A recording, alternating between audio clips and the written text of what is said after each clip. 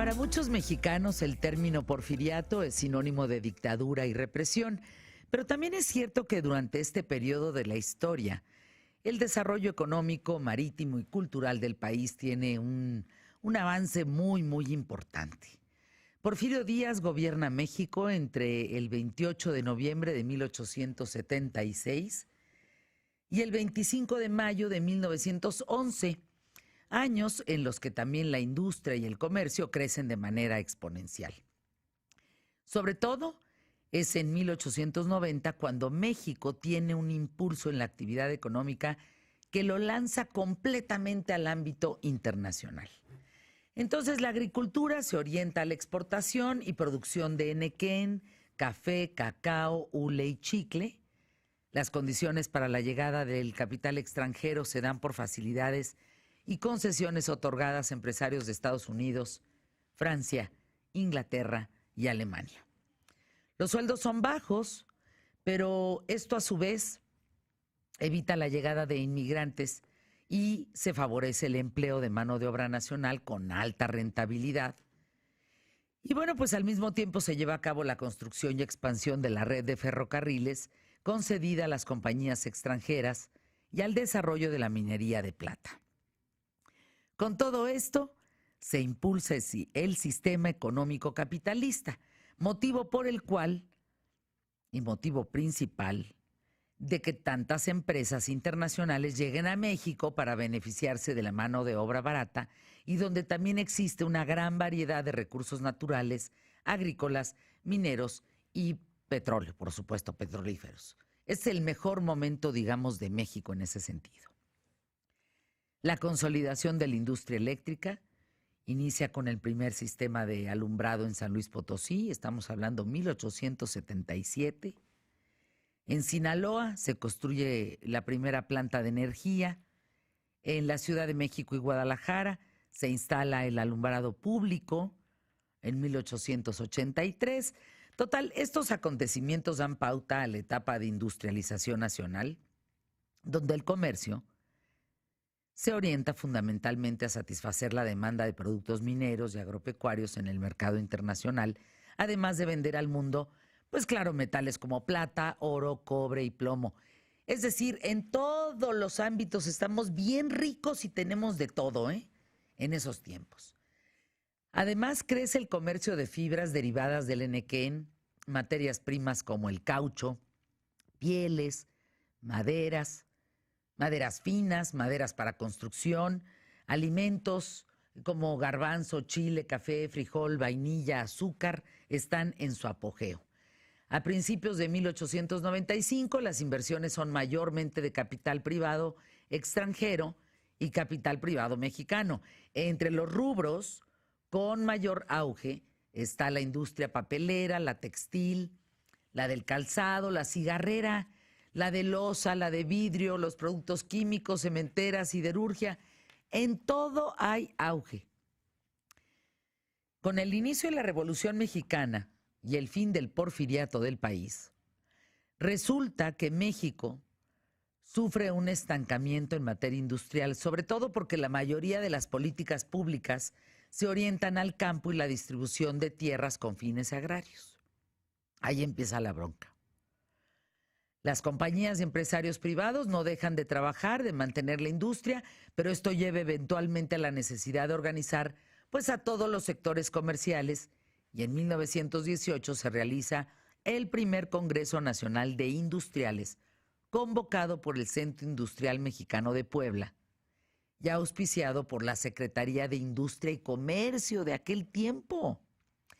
En este congreso el objetivo principal, pues claro, era analizar los diversos problemas que ocasiona la llamada reconstrucción del país, entre los cuales está la reglamentación del artículo 123 y la preocupación originada en los empresarios a raíz de esto. Y recordemos que dicho artículo tiene como función la de regular las relaciones laborales entre los trabajadores y los patrones. 10 meses después, como resultado del Congreso, se constituye la Confederación de Cámaras Industriales, la famosa CONCAMIN, en la que se integran las distintas cámaras de estas diversas o dispersas también que no poseen una unión gremial. Muchas cámaras que andan por allá y por acá están muy dispersas.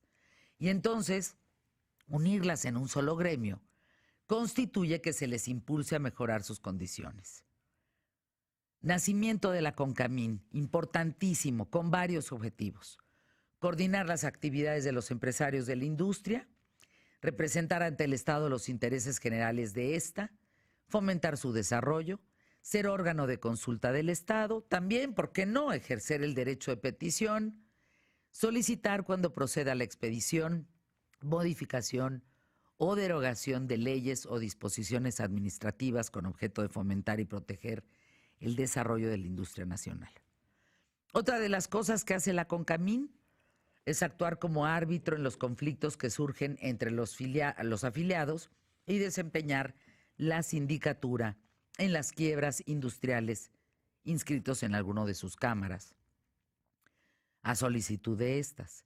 Es decir, pues es un órgano regulador, es un órgano que controla y fiscaliza en pro de lo que es más justo para todos en tema de comercio.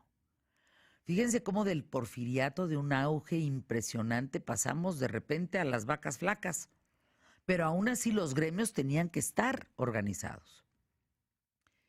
Fue constituida la CONCAMIN en 1918, que en síntesis, pues es el organismo, la cúpula de representación de los distintos sectores industriales en todas las actividades económicas de alta trascendencia para el desarrollo de México.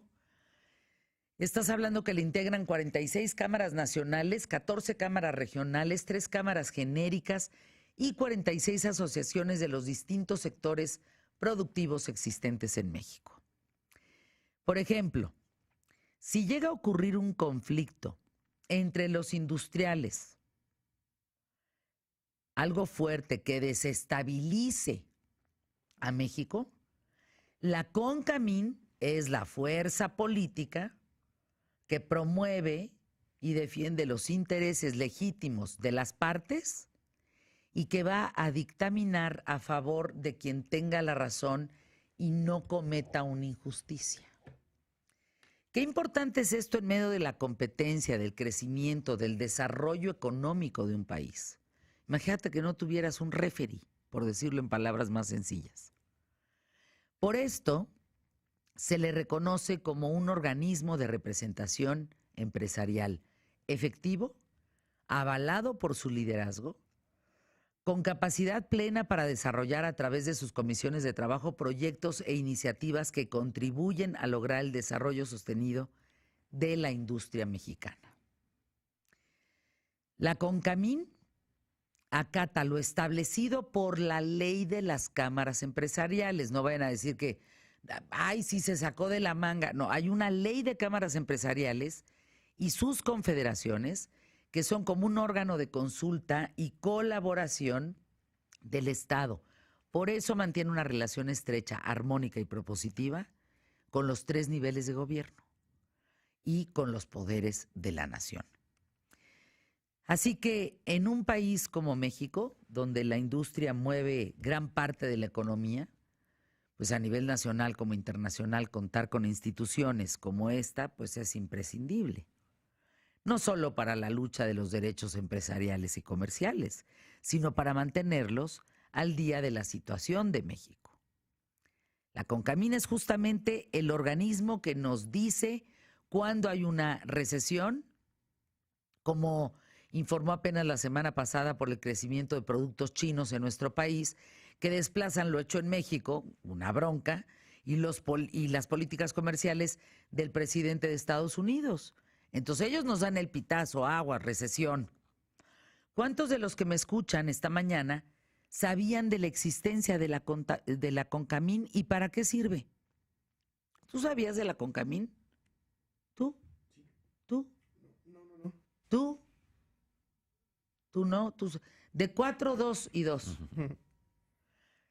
Porque hay varias dudas en relación a la CONCAMIN que vamos a despejar el día de hoy en ¿Qué tal, Fernanda? Es importante que sepamos todos en México Pues si somos mexicanos tenemos que estar informados de lo que rige a nuestro país, ¿no? Entonces existe la CONCAMIN, que es la que aglutina a toda el área industrial en México y que la equilibra, la potencia, la desarrolla. Y yo te pido hoy que me escribas en redes sociales que sabes encontrarme, Fernanda Familiar. Compárteme tu opinión de qué crees que necesita nuestra industria para fortalecerse. Cuando estamos con un presidente vecino, el presidente de Estados Unidos, que nos hace pasar aceite con el Tratado de Libre Comercio, pues ¿cómo le hacemos para fortalecer lo propio? ¿No crees que debemos de consumir más lo hecho en México? ¿No crees que debemos, por ejemplo, en ropa, en calzado? Digo algo tan básico, bueno, productos, ¿no deberíamos de voltear a ver qué se está haciendo en México? Ah, pero luego somos bien malinchistas y preferimos comprar lo que hacen en el país vecino, que porque nos va a durar más. Puro cuento. Yo te pido, por favor, ¿qué necesitamos en esta industria para fortalecernos, para afrontar las consecuencias que puede traer una renegociación del Tratado de Libre Comercio en Estados Unidos y en Canadá? Ayúdanos. Es muy importante tu visión. No seas, por favor, indiferente frente al tema de la CONCAMIN. No sea, es un tema fundamental en la economía de México. ¿Arrancamos el programa? Iniciamos pie derecho. Bueno, ¿y tú cómo amaneciste? Buen día. Bien. A todos los saludo con mucho gusto. ¿Tú sabías muy bien todo el tema de la CONCAMIN? Muy bien. Pues no. No, pero sí sabía algo. Digo, algún tiempo atrás estuve trabajando en un noticiario que era de economía y finanzas, y teníamos la participación de los empresarios, de los industriales dentro del programa, y nos platicaban precisamente de cómo iba evolucionando la industria, de cómo se estaba trabajando en Canacintra, en CONCAMIN, en la CONCANACO, en la Coparmex. Entonces iban platicando. Y es muy interesante y muy importante estar pues bien enterado de cómo se está trabajando, ¿eh? Pues hoy viene Rodrigo Alpizar. Él es tesorero de la CONCAMIN, un hombre preparado, un hombre que está listo, es aspirante a la presidencia de la CONCAMIN, de la Confederación de Cámaras Industriales. A mí me parece que es un partidazo, es un hombre que sabe, es un hombre que tiene la lectura de todas las necesidades, de cómo funciona, de para qué sirve, pero sobre todo, pues oye, qué retos son los que tenemos que afrontar en este año sobre todo. Yo creo que Rodrigo Alpizar la tendría bien difícil, pero le sabe. Eso es lo bueno. Y necesitamos gente preparada en este país. Sí, no que lleguen a aprender al cargo. No, ya que lleguen a aprender al cargo o que digan, no, ya mira, ya ahí muere. O sea, bueno, chuecos, regulares, pero preparados, por el amor de Dios, por lo menos preparados, no guapos, no, preparados. Sí, claro. Eso es lo único que pido para México. Gente preparada, no reiterativos en sus discursos, no mentirosos, no guapos, no, pues, no. Pues sí, realmente sí, es lo que necesitamos, conozcan, que sepan gente preparada. de lo que Rodrigo se trata Alpizar el es cargo. una gente preparada, necesitamos gente preparada para los cargos. Sin duda Porque alguna. si no, pues que entonces no nos quejemos de un país, pues que estamos todos intentando ser aprendices, ¿no? Yo no soy aprendiz de la radio. Ya me gané el puesto. Y así cobro, ¿eh?